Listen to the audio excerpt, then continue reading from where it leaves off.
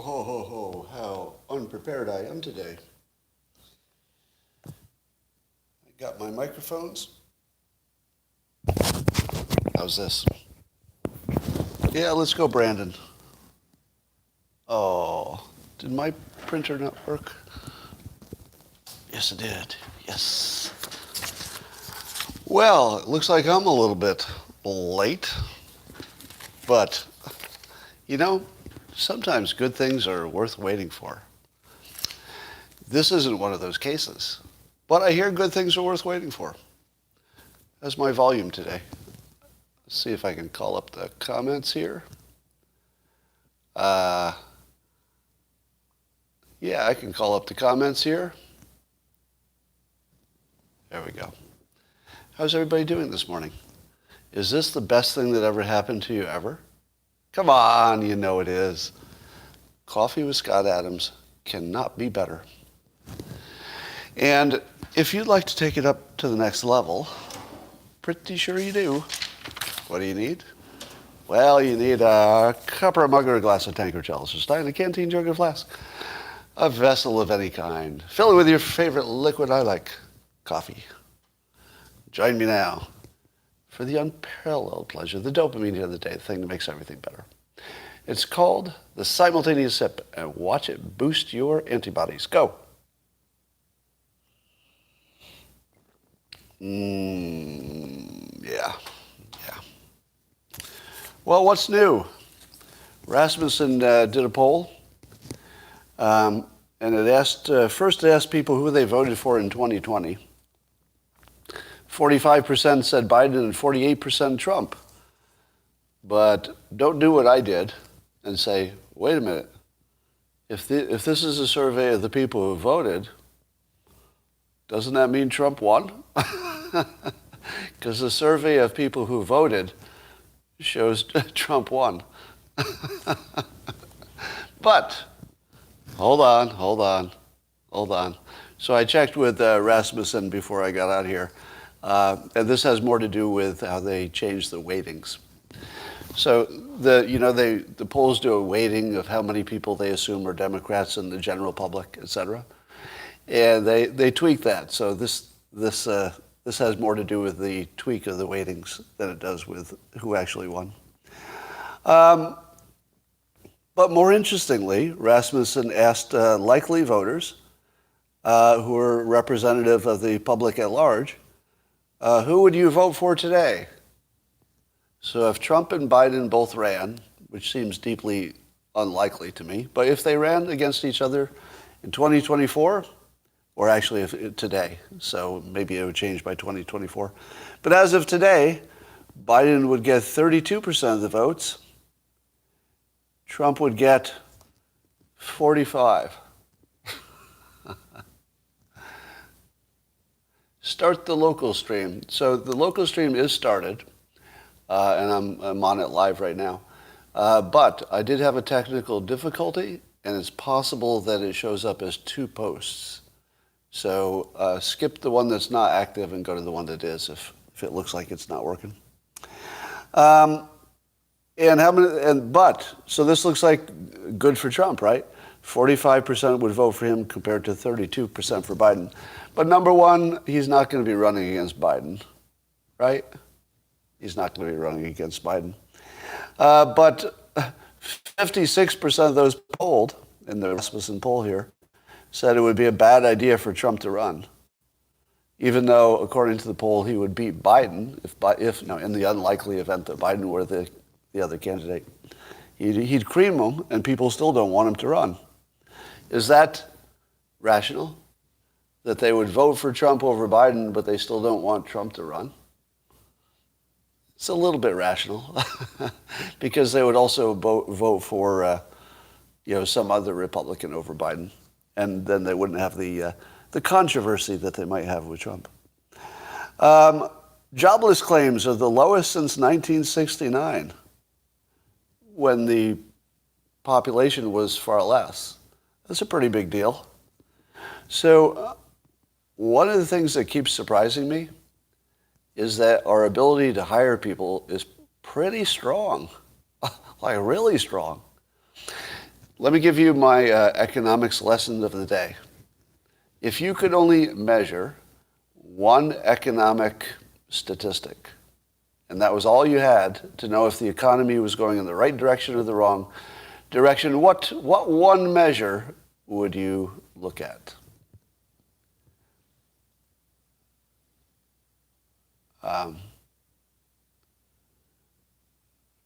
So if you're having trouble on locals, just restart the app. I'm seeing some people are getting some trouble. The app is working. It's just getting a little rickety right now. I would say the most important economic indicator, and I do have a degree in economics, so I'm not just spitballing here, is employment. Generally speaking, when your employment looks good, everything else works. That's a pretty good general statement. Now, of course, there could be other shocks and surprises in your economy. You know, inflation could be high and all that stuff. But if you could just measure one thing, it would be the employment, and that's really good. It's looking really good. All right. So you think M3 would be well, that would be an interesting conversation. Wage push? Okay. Well, there's obviously lots more to the economy than employment, but that's the big one. So here's a question that I think a lot of you wonder about, but maybe don't ask directly. What's it like to be rich? Does anybody ever ask that question to yourself if you're not rich? Some of you are. How many of you wonder what it's like? Do you ever think, is that as good as it looks? All right, well, some of you do. So I thought I'd give you a little flavor for what it's like. Because I've had a successful career, so I've got a good deal of money right now. And let me tell you what it's like. Number one, you can, if you're a couple, you can both have a nice car, which is pretty good. So Christine and I both have nice automobiles. Both of them were damaged this week. So both of them are in insurance and in the shop, which is normal. When you have nice things, you got to take care of them. So Christina's car was damaged and my car was damaged this week. Interestingly, neither of us were driving those cars. Both cars were damaged. Neither she nor I were driving either car. That's the way it goes. But so we have two nice cars. We can't use them because they're damaged. I do have a very nice house, and that's something that a lot of people would wish they had. So my very nice house at the moment just had its, I think, the 11th major water leak this week. The 11th. There were two this week. One with a sprinkler system, one with the indoor, what are called warm floors. They run warm water piping through the floors. If you get a leak in one of those, it's a bad thing. So I've had about 11 major water leaks. So I spend part of almost every day trying to fix a water leak. I know what you're thinking. You're thinking, is there some kind of construction problem? No, they're all completely randomly different, and they have nothing to do with anything. They're completely random. Now, again, I also get to live in a nice neighborhood. So that's something you don't all get to do. And I'm quite aware of the benefits for that. For example, one of the benefits of living in my neighborhood is that both of my adjacent neighbors have both been burglarized by bands of people who broke through the windows at night and in a small gang took everything that they could take that looked valuable. Now, that's happened to both of my neighbors, so I assume that I'm next on the list. In case any potential robbers are watching, my home will be a little bit harder than the neighbors. That's all I'm saying. You just better make sure I'm not home. If you break into my house, be pretty fucking sure I'm not home. That's my only advice, because otherwise it's going to get wet. All right, here's some other advantages of being well off. A lot of people don't have enough money even to pay for heat. But I do, and I wish I had heat today, because if my warm floors had not leaked, it would feel great right here. instead of cold like I am right now. But in theory would be good. Now, I can also buy nice computers. My computer wasn't working this morning, which is why I was late. I also have a number of cool systems in the house.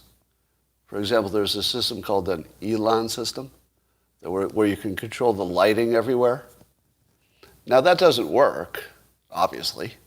So it's really just an expensive system that puts things on the wall that tease me.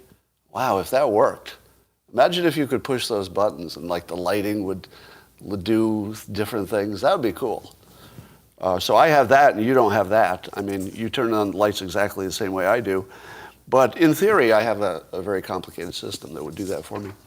Now, I also have, and I'm actually a little embarrassed to say this, I have 14 televisions. I know. It's kind of a douchebaggy thing to tell you, isn't it? I have 14 televisions. None of them work. I have 0 televisions that work because they all go through a central processor which doesn't work and is hard to replace. So I have no televisions that work. Now, all those televisions have their own remote controls. And unlike a lot of people who are struggling, my remote controls, and again, I know what a douchebag this sounds like, each one of them cost $1,000.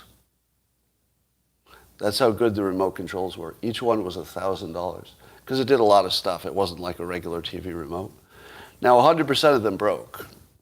It turns out that if you drop one of the remotes, the little thing that allows the charger to charge falls off. And then, because it was a kid who dropped it, they see that thing on the ground and then they throw it away. So all of the $1,000 remotes became useless in about 2 weeks because somebody dropped them every time and then threw away the piece that you need to charge it. So I have no televisions and no remote controls. In theory, I have 14 televisions, but none that actually work. Now, another advantage that you have with money is that you can take nice vacations, and that's a really big deal.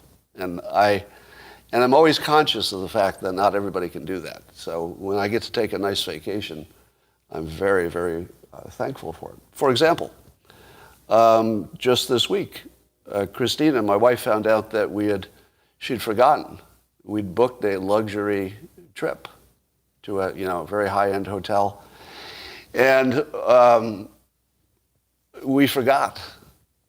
Actually, forgot we booked it. I mean, I didn't know about it at all, but she had forgotten she booked it. And so it was too late for me to go, so Christina went on her own and enjoyed a really nice luxury vacation while I was working 7 days a week. But here's another good thing that you can do if you're well off. And this is like the ultimate luxury. And again, it's embarrassing even to say, because if you can't afford this, it's going to make you feel bad. But you wondered what it's like to have money, so I'll tell you. We sometimes do these things called a couples massage, where you'll have 2 massage therapists come over and do a couples massage. Well, Christine ordered one of those last night, and I got to tell you, it was great. Not for me, I didn't have a massage, but Christine and her sister had a massage, and I helped set up the tables for those. So that was great. I had some other things to do that night. I had to do some driving, which I couldn't do because the massage therapist parked in front of the garage door. So while Christina and her sister were getting excellent massages, I heard they were terrific, I was swearing at my driveway and eventually drove my car over a curb, damaging it a little bit, just to be able to get out of my own fucking driveway. Now, today, in about 10 minutes, I'll have a worker here to look at the warm floors and maybe fix that. And then for the rest of the day, I'll be listening to jackhammers. So jackhammers all day, and all week actually. And the jackhammers kick up so much dust that pretty much everything else I've ever purchased has been ruined with dust this week. So if you're wondering what it's like to have money, it's probably not nearly as good as you think. It's way better than not having money. So let me be clear on that. if you ever have a choice, take the money. But it is not nearly as good as you think. I promise you, it is not nearly as good as you think it is. Now, that's just a weird week. I thought it was funny that that week turned out this way. All right. Here's something that I fear. Are you watching the Kim Kardashian, who's dating Pete Davidson from Saturday Night Live?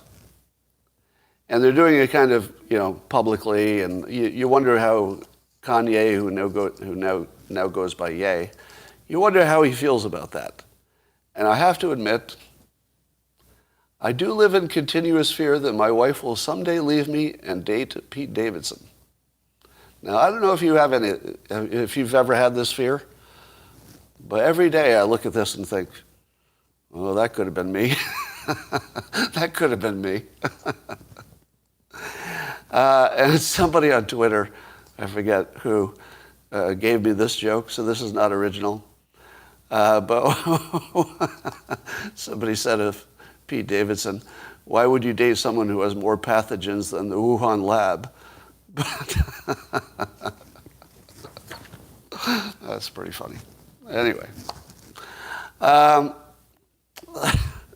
Pete Buttigieg is working on putting in all those electric car charging stations as part of the infrastructure bill. And he said that you need these charging stations in two places that don't get mentioned much, which is in urban areas. Makes sense. But also where there's dense housing and people don't have a garage. They're in an apartment or whatever. And I'm right on board with Pete Buttigieg, because if there's one thing that poor people in dense neighborhood housing need, it's a way to charge their Teslas. Because I don't know if you know what the priorities are for the country. I used to think it was stuff like feeding the poor and healthcare and stuff like that. But the poor also don't have places to charge their Teslas, and I don't think we can ignore that. So maybe by the end of the Biden administration, the poor will be able to charge their Teslas, and that's good news. All right, I'm just kidding. It's not just the poor, and it's not just Teslas. I get it. But it's funny to imagine that they're so out of touch that they're giving Tesla charging stations to the poor. Here's a simulation update. One of the things I like to call the fake news industry is a rotting house. It's like a house that's rotting, isn't it? And what are the odds that the rotting house would make up a bunch of false claims about Kyle Rittenhouse? So it's the rotting house versus the Rittenhouse. And do you think that the left is finally figuring out, because I'm seeing anecdotally a number of people on Twitter saying, well, I used to lean left and I voted for Biden, but this Rittenhouse thing has taught me that all the news is fake and now I'm going to vote for Trump. Well, I don't think there are actually that many people in that camp. But maybe. I mean, I believe that in 2016, everybody on the right learned that the news was completely made up. Now, some say they learned it earlier, weapons of mass destruction, Bush, et cetera. And I think that maybe that was, I'll tell you my own view. When the weapons of mass destruction thing happened, I thought it was an anomaly. Did you? When we were bamboozled by the press into thinking that Iraq had weapons of mass destruction, how many of you thought that was sort of a one-off versus the way everything works all the time? Because I'm trying to remember if I believed there were weapons of mass destruction. I think I did. I don't remember exactly, but I probably did, because why wouldn't I? Yeah, and at the time I thought to myself, well, thank you, James. At the time I thought to myself, well, I guess something happened here, but this is not the way it normally is, right? It's not normally that the press just makes up a story. But it is. It's completely normal. And it took a while to figure that out, and the Trump administration prove to anybody who supported Trump that the news was completely fake. But now the left is at least getting a taste of it. They're just getting a little taste of it. And I think that they're also understanding that everything has been run through a race filter, and it shouldn't be. Because we're seeing so many cases now that don't look like race at all that are being called race. The Rittenhouse situation was being called a race thing. It wasn't. It wasn't.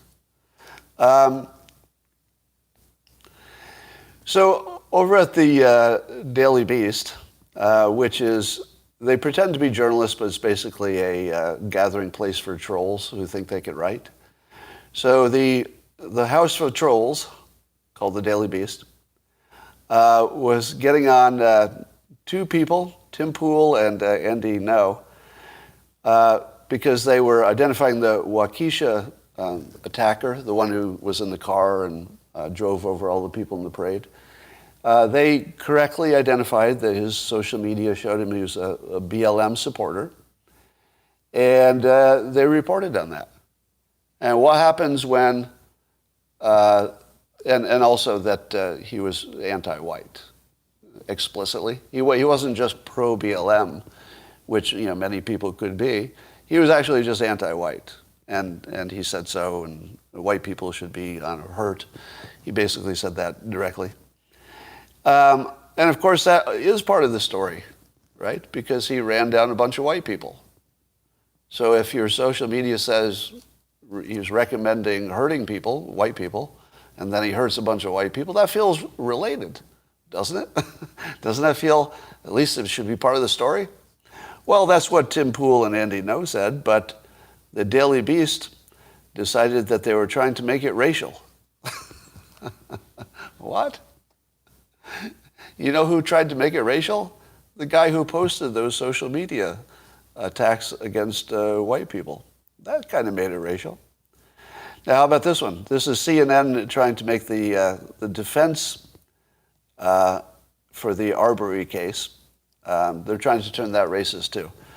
So here's the report on CNN. Here's how CNN says it. On Monday, defense attorney Laura Hogue went as far as to say during her closing arguments in the case, quote, turning Ahmaud Arbery into a victim after the choices he made does not reflect the reality of what brought Ahmaud Arbery to Satilla Shores in his khaki shorts with no socks to cover his long, dirty toenails. And so she is being accused of being racist for suggesting that this individual, Ahmaud Arbery, had khaki shorts with no socks to cover his long, dirty toenails. And so I said to myself, wait a minute, what's the race part of that? Like, there's a claim that that's racial, but I'm looking right at it. I don't even see race mentioned. And so I said to myself,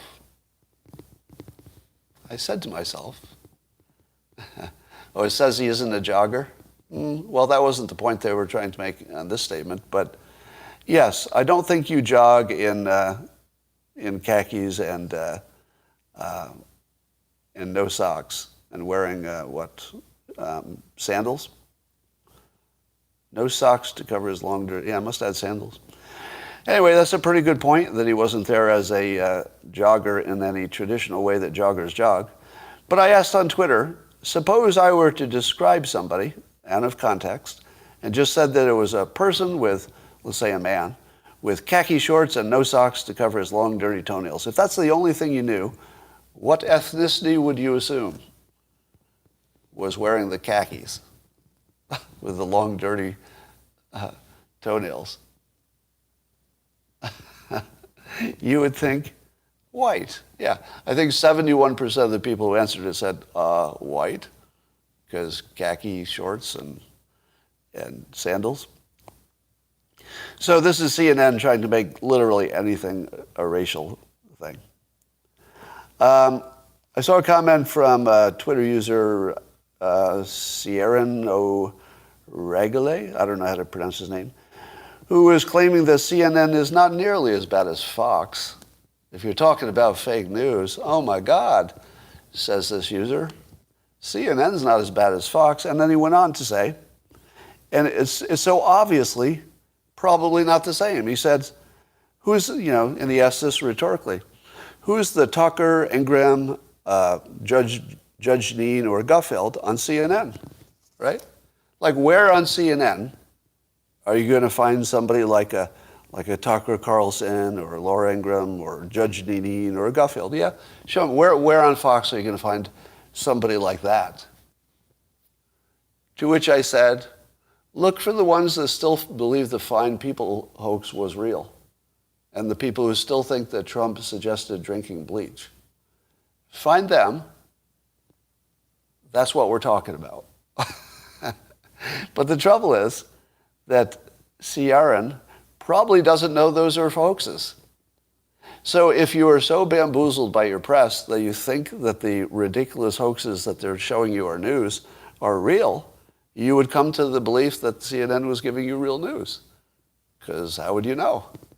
Everybody else says it's real on the news that you watch. You'd have to watch other news to find out it's not real. All right. So it's amazing how bubblicious some people can be.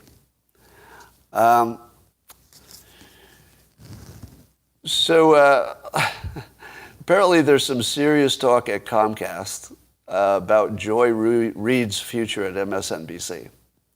So the executives are saying, should we keep Joy Reid in her current job at MSNBC? And I have some advice for them in my capacity as the creator of the Dilbert comic. Now, sometimes I comment just as an observer of politics, but in this case, I'm going to comment as someone who has a long history of observing corporations and how they work. And here's my recommendation for Comcast as a corporation. And I'll just put this out there. They can do with it what they want. Based on my experience living in the world, I think it's a bad idea to have an overt racist as part of your brand. Now, I know, it's shocking. But if somebody is clearly and obviously, and is not even trying to hide it, says it right out front, is a full-on racist, I'm saying my advice would be don't use them as your brand ambassador. Is that too far? Does that advice seem pretty solid to you, or no? I'm basing it on all of my business experience. That using a racist as your brand ambassador probably doesn't help you sell product, does it? I don't know. Well, it's good that they're talking about it. Anyway, as you know, Kyle Rittenhouse was famously photographed at one point with the Proud Boys. Apparently the story is his lawyer that he eventually fired, who was the worst lawyer in the world except for his other lawyer, the other first one that was fired, not his eventual lawyers who got him off on all charges, who apparently was a good lawyer. And so the bad lawyer tried to get him a meeting with the Proud Boys at some bar when Kyle didn't exactly know who the Proud Boys were. Actually, he didn't even know they were the Proud Boys. He just thought it was a bunch of guys who worked construction. And so he posed with them. He did the OK sign, didn't know it meant anything. And then he blamed his attorney for that. Now, does that sound convincing? Does that sound convincing that that was his entire association? And by the way, he condemns the Proud Boys. He condemns them in direct language. Yeah, it does sound real, because he was 17 and he had a really, really bad lawyer, apparently. Like as bad as the baddest lawyer it could ever be. All right, have I told you that I'm connected to every story, even when I don't want to be? And it's just weird. Like I have weird connections to stories, sometimes directly, sometimes indirectly. Several years ago, when anybody who supported Trump was getting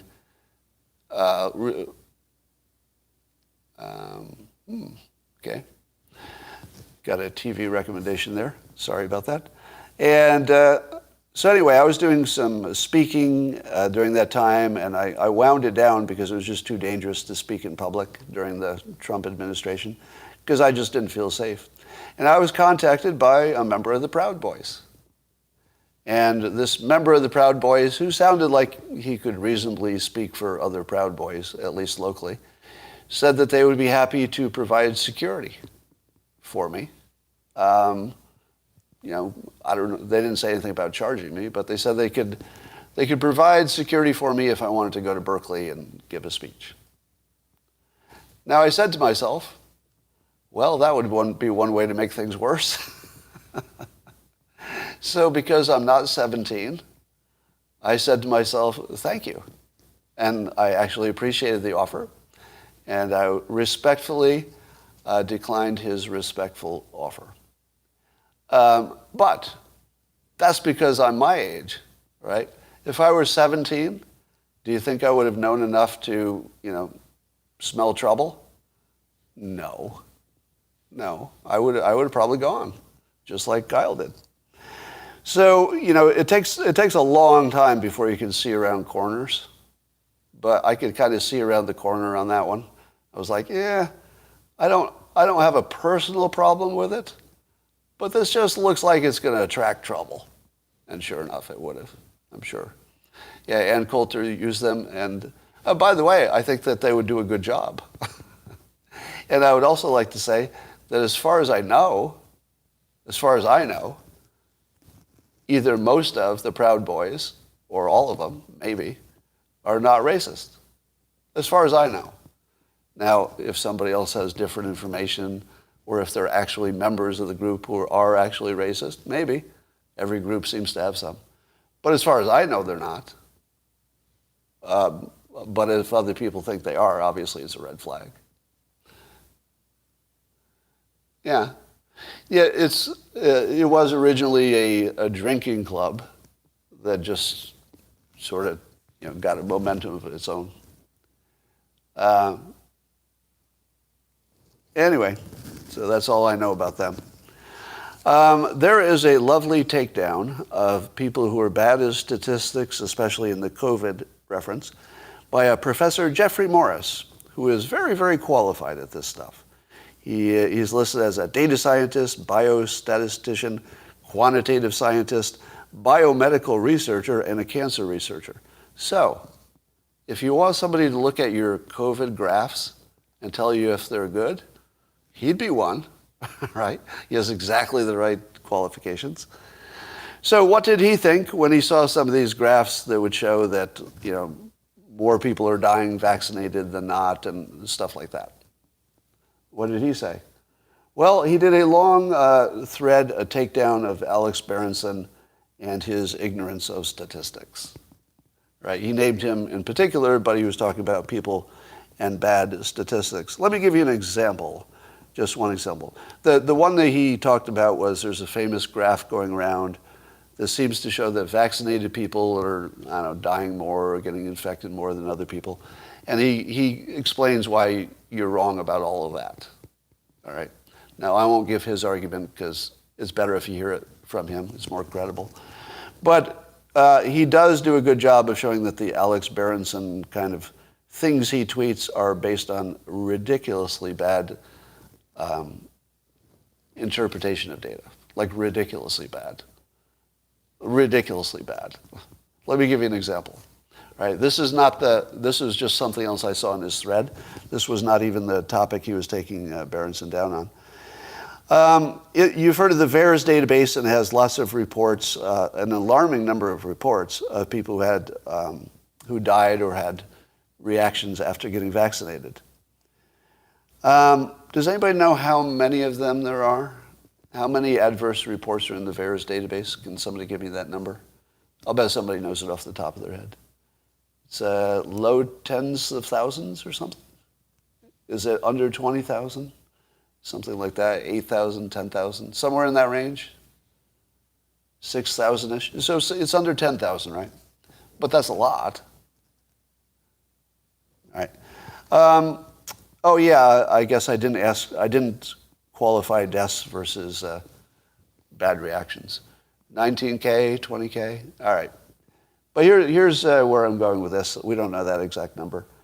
But let me ask you this. How many people in the United States do you think die every month? How many people in the United States die every month just of anything? Give me your number. How many die every month of any cause? I'm seeing numbers from 8,000 to 400,000. Some say 1 million.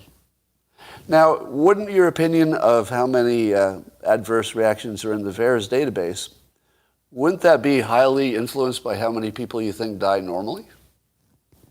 So it turns out that 250,000 people die every month. And you would expect, if the vaccinations were perfectly safe and affected no one negatively, you would expect 250,000 people to die within a month of taking it. Did you know that? If the vaccines were perfectly safe, 250,000 people would die within 4 weeks of taking it. And how about within a week of taking it? 50,000 people would have died just by coincidence within a week of taking the vaccination. If you know somebody who died within a week of taking a vaccination, they might have been one of 50,000 people who had that experience. Doesn't mean anything. It literally means nothing. Now, I'm not saying the vaccinations are safe or that the numbers are accurate. I'm saying that if that's what you're looking at to determine it, that's not the place. All right? How about this? So he goes on. This is Professor Jeffrey Morris. He says, if vaccines were given at a random time, no matter when you gave them, you would expect about 7,000 people to die the same day that they got the vaccination. You would expect 7,000 people to die the same day that they just got vaccinated by chance. That would be how many would happen by chance. You see where this is going, right? The VAERS database is not telling you anything at all.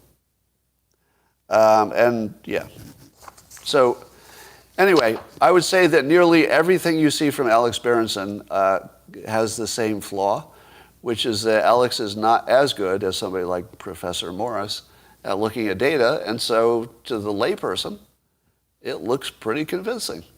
But to somebody who knows how statistics work, nothing like that's happening. Nothing like that is happening at all. All right. But again, all of that could be a lie too, because everything's a lie and we don't trust anything anymore. How many of you know what a DAO is? D-A-O, not the Dow Jones. How many of you would know what a DAO is? Which stands for a decentralized autonomous organization. Right? I like to make my viewers smarter than the average. The DAO, D-A-O, is something coming toward you maybe fast and maybe really big. Like really big. How big? Transform the entire economy big? That's how big, right? Let me tell you what it is. It could turn out to be a blip and nothing, right? But let me tell you what it is. It's people using the blockchain, which is the basis for crypto, but doesn't have to be just crypto. You could use it for other reasons. Well, actually, I guess there's always a token involved, isn't there? If you have a blockchain, there's always some kind of a token, isn't there? Necessarily? I think so. But anyway, it's people who self-organize for a project, much the way Hollywood self-organizes for a movie. Now, there's not a bunch of people who go from movie to movie and make movies so much. There might be a director and a producer, and then they hire the people they need just for the project. Well, the decentralized autonomous organization is a way to do that, but without a leader. So there's no leader. So people buy tokens, they buy in to have influence. If they buy more tokens, they could get more influence. But the rules of who can vote and what they're voting on and what the rules are for how things work are all determined by the group. So they work it out based on voting, based on how many tokens they own. And it's a way to self-organize a project where people have complete visibility of everything. They can see other people's work. They can see the rules. They can contribute. They can get paid for it in some cases. And so the thinking is that if this works in a few settings, it might go big and might even be better than corporate governance. Depending on the project, maybe a corporation is the worst place to do it. It could be that a self-organized entity like this that organizes just to do a specific thing might be exactly the way to do it. So there was a DAO, a DAO, that tried to buy the Constitution. There was a copy of the Constitution that went up for sale at, was it Sotheby's, I think? And so one of these sprung up, and there was no leader. There was just a bunch of people who had a common interest, and they self-organized, created rules for what was what, and they bid. Now, it turns out they didn't win the bid, because that's, a separate issue. But if they had won the bid, it would be the most successful DAO, I think, and could have really made things different. So keep an eye on this. This is one of those things that this is like hearing about Bitcoin before everybody heard of Bitcoin, right? This is like hearing about the internet before most people had ever heard the word. Right? You're now way ahead of the public because you know what a DAO is. It's a self-organized thing where all the rules are on the blockchain so everybody can see it, and you buy into it, and your influence depends on how many tokens you buy, typically. All right? So now you know that. Here's something that Brit Hume said about Biden. And the reason this is important is because it's Brit Hume. Right? Not everybody has the same level of credibility. Will you agree with me? Right? If you're listening to one of the worse than Watergate guys, they have zero credibility. The news hosts, not so much. But Brit Hume is, I think, would be, both the left and the right would say, oh yeah, he does play it down the middle. Like he's actually just a reasonable person. Here's what you could argue, he's the most reasonable and balanced voice for decades.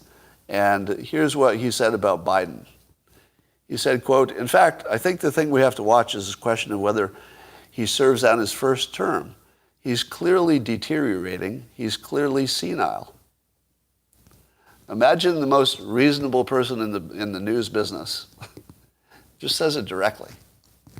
This is different.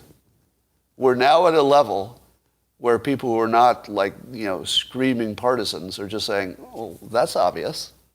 He's obviously senile. So Angela says, Brit Hume is credible, LOL. I could be wrong. Well, you are wrong. Look into it. So if you're saying because there's an association with Fox News, well, I think you're wrong. Just look into his background. And much like I say the same thing about Smirkanish on CNN. Also, Sanjay Gupta.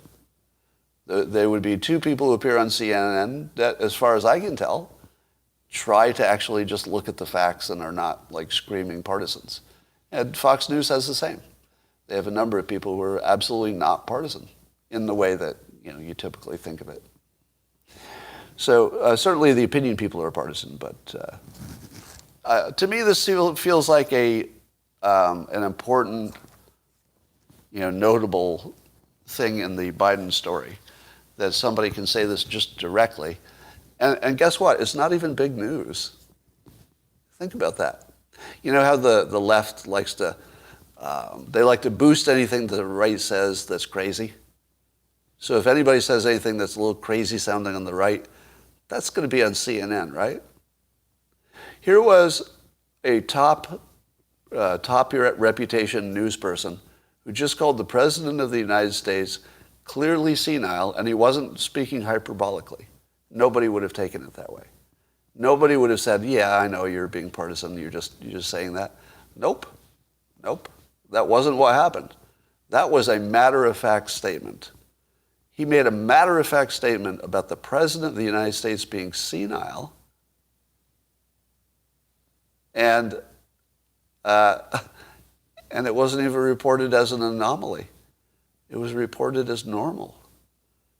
We actually normalized senility in our president. I guess you can normalize anything.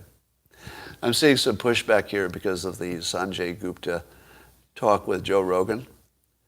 Keep in mind that Sanjay did not back his network. You saw it, right? When he was asked to defend what CNN said about the ivermectin, he didn't. He said, I don't know why they said that. He didn't say it. So he didn't defend it either. If you don't defend it, I think you're criticizing it, right? I mean, we do have to, you do have to make some allowance for the fact that people have a paycheck coming, right? And so if Sanjay doesn't want to savage his own network, but he makes it clear that that wasn't his opinion, I'm okay with that. Like, I don't need him to go, barbarian on his own employer. As long as he says it clearly, and he did. I don't know why they did that. It's very clear he wouldn't have done it, and didn't. So yes, Sanjay Gupta is a credible voice on CNN. If you don't like it, go look at it yourself. Gupta defended his investment. I don't know what that story is. Does he have an investment in some kind of medical thing that he reports on? I don't know. You're in California and wearing a jacket. This is not a jacket. This is a shirt. It's a shirt. It's an excellent shirt. But yes, I have no heat today in my house. I am double shirted. It is a cool shirt, so to speak. What's that? You're more reasonable than your fangirls, Scott. Gupta, plus a few days later, he agreed with Don Lemon, saying it was horseshoe murmur, but not in the same context. All right.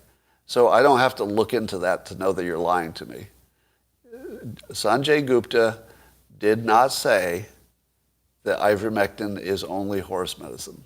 And don't tell me he did. If you believe that, just go back and look at it. That didn't happen. I don't have to research that to know it didn't happen.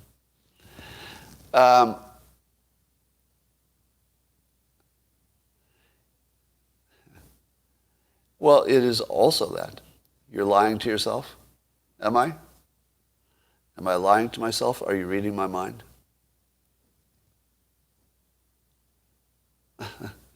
All right. Yeah, it's colder in Northern California. It's probably 52 out. He didn't correct. He didn't correct. Well, I mean, that's a separate issue, isn't it? You know, how much does Sanjay Gupta have to correct his employer or his coworkers? I don't know. As long as his opinion is clear, I don't think he has that requirement. I honestly don't. Well, let me give you an example. I've appeared on Fox News, a number of times. Is it my job to criticize everything else Fox News has ever said because I've worked with them in a compatible way? I don't think so. I don't really feel that responsibility. If I see something, I'll mention it, but I don't feel like it's my job to, explain the context of everybody I've ever talked to. I think I told you early on, especially in the Trump administration, I told you I have one, well, I probably have other, but one of my absolutes is I won't be told who I can associate with. I just won't. So I will talk to Black Lives Matter, I'll talk to a pedophile, I'll talk to Jeffrey Epstein, I'll talk to Don Lemon. No restrictions. No restrictions. And by the way, I'm really firm on this one. Really firm. You steal Gutfeld's jokes often, says John. Well, he has good jokes. Why wouldn't I steal them? If you're stealing from people who have bad jokes, you're doing it wrong. There's no such thing as anybody who deals with humor who doesn't steal jokes. That's not a thing, right? And usually it's not intentional. Sometimes you just see a good joke and you want to repeat it. But, I mean, it's not a reasonable comment that people steal jokes. Everybody steals everybody's jokes. There's nothing wrong with that. And Greg and I are friends, so we generally agree on stuff. Often what you think is we're saying the same things. Sometimes we've actually talked about it, the topic beforehand, and we're just on the same page. Should we start a DAO? If you had a reason.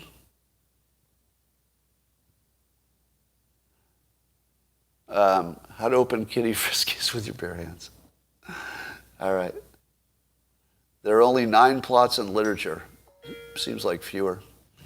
All right, I'm pretty sure I'm going to have to go figure out what's going on right now. Greg just texted me. What do you think of Foundation? Oh, if you want a good sci-fi show on Apple TV, I think that's the only place you can get it. If you want a good show, Foundation, I'm really enjoying it. And the thing I like about it is the concept level. At the concept level, it's just mind-blowingly good. And there's one scene in there, I won't describe it, where let's say the bad guy, just so it's not a spoiler, where the bad guy does something so bad that I've never even seen anything like that, even in literature. Like a level of bad that I don't know could ever be topped by any book, or it was so bad. It's just the baddest thing I've ever heard of. And anyway, if you read it, you know what I mean.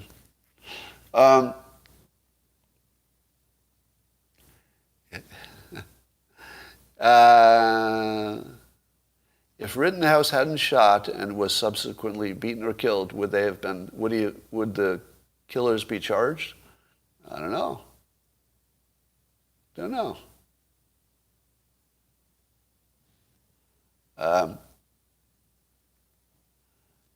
Will the mob robbers go for... So you know what's happening with these flash mobs robbing stores, right? So in the Bay Area, it's happened a number of times already. The big group will go in all at once and then rob the store and run away. How in the world is retail going to survive, the upscale stuff? Because I can't see a Chanel store surviving from this point on, can you? Wouldn't every Chanel store get robbed? I don't think that it'll even be I don't know, it just seems like such a good odds for a crime. Because if they come in with, 50 people, the odds of, more than 48 of them being caught, or the odds of many of them being caught are so low, it's actually a pretty good business model. And guns are being taken away as quickly as, stores are opening. So I don't know that guns are going to solve it.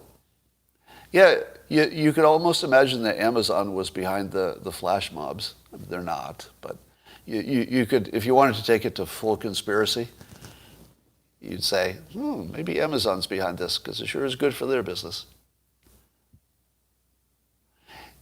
I certainly, if I had a high-end store, I'd probably just close it at this point. Because I don't see anything that would change the trend, do you?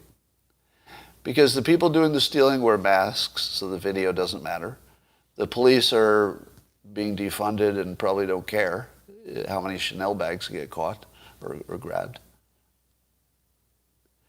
Office Space had the whole hypnosis thing. I don't know about that.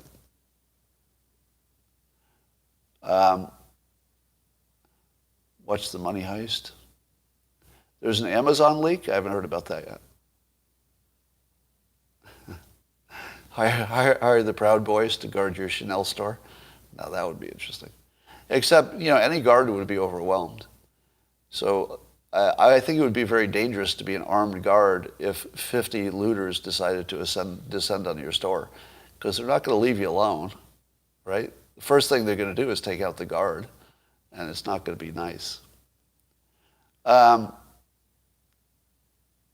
All right, I think that's all I got for today. I've got to go do some other things, and I will talk to you tomorrow.